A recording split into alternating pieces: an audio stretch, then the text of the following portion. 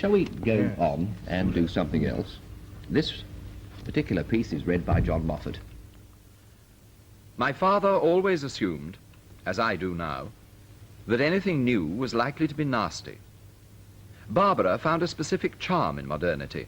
She did not pursue novelty. She was no butterfly of fashion flitting from vorticism to Dadaism. She was, rather subversive by tradition, a spaniel lolloping dreamily along at her mother's heels. I argued sturdily with her, but I picked up many of her arguments, which I reproduced next term in my essays, with the result that Mr. Howitt in my report made a rebuke which I have seldom incurred in my later years. He must learn to approve those things that are excellent, not merely those that are ultra-modern. You got it, Anthony Blunt? I put down Nancy Mitford or Evelyn Waugh, but it's probably a man. Ah, that was very good. I think you must have that, Evelyn Waugh. Thank you. It's the first one I've ever had. This is really it's not frightfully important, one way or t'other. It's presumably the autobiography. Yes. Yes. And very readable, gentle, easy stuff. Not astonishing, I thought, in any way. Bernadine Bishop, did you recognise it? No, I didn't. I haven't read the autobiography and I wouldn't have got it. But I liked the passage. I mean, I knew perfectly well that I hadn't read it. It made that much impression on me. But, yes, I think one could have placed it with regard to period quite satisfactorily. 20s. Yes. Did you get it, Anthony Burgess? Yeah, I got it, yes, but hearing it like that, torn out of context, I was quite prepared to see it as part of some very minor novel of the late 1920s, early 1930s, and it seemed to me then to be full of the usual sort of cliches of attitude, vorticism and Dadaism, and again the usual sort of the reproof.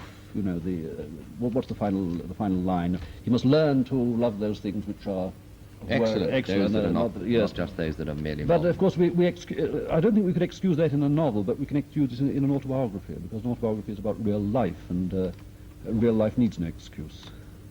Tom Gross, did you spot it? Yes, I got it, and I think that following on from Anthony Burgess, that the autobiography is written in a much flabbier, more kind of sitting in the club armchair style than Waugh's novels.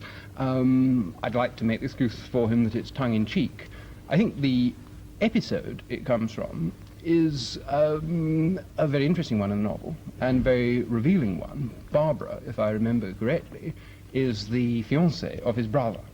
And the entire autobiography is really about someone who has studiously, deliberately turned his back on the modern world, while knowing exactly what he's doing, and really knowing all about the modern world. And Barbara is the one episode. He treats this poor girl very sardonically.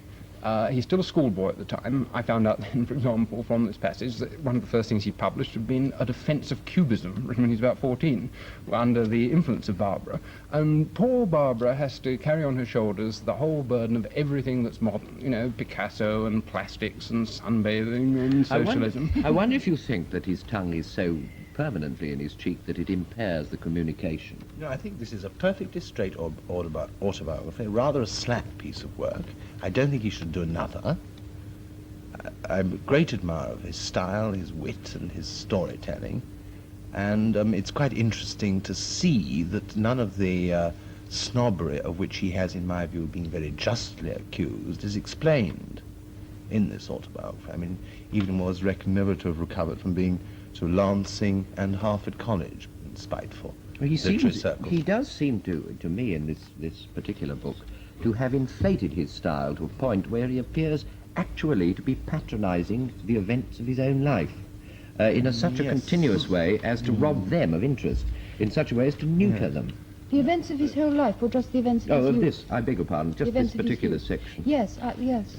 It's not an exciting book, is it? I don't think, well, the material is not exciting. No. One is rather shocked to find the lack of interest in literature, the nastiness of the young boy, the flabby, unpleasant, unspectacular sins he commits.